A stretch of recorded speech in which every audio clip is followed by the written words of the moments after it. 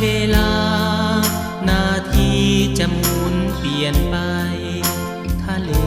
จะเหือดแห้งหายภูเขาทลายก็ยาถึงฟ้าจะปีนแผ่นดินจะไหวตามมาแต่แห่งหักแห่งศรัทธายังปรารถนาคงมันสองเฮาเคยนอนห่วมหมอนห่วมเมียงเสน่หาซื่นทรงสุขสมราบัดนี้ต้องมาไกลกันน้องอยู่ยามใดสุขใจหรือเศร้าโศกสันส่วนตัวอายเองแค่นั้น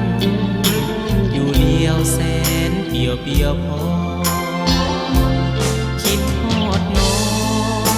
บ่ได้แต่มองภาพถ่ายขอฝากความในหัวใจกับสายลมลอยว่าอายยังหาทุกวันยังคอยคิดถึงอายเพียงน้องแต่บ่น้อดวงใจ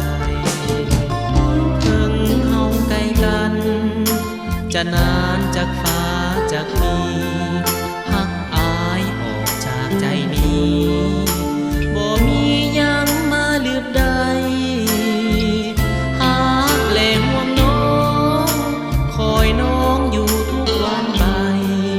มุ่งหวังพบกันครั้งใหม่หากใจน้องบ่เปลี่ยนแปลง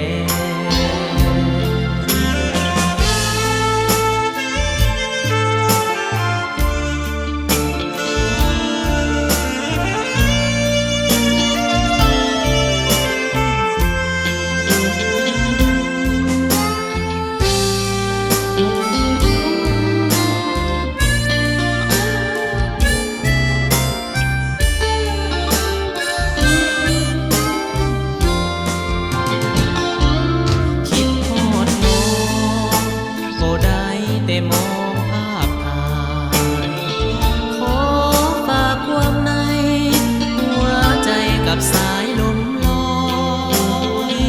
ว่าอายยังหาทุกวันยังคอยคิดถึงอายเพียงน้องแต่บ่น้อดวงใจถึงเฮาใกล้กันจะนาน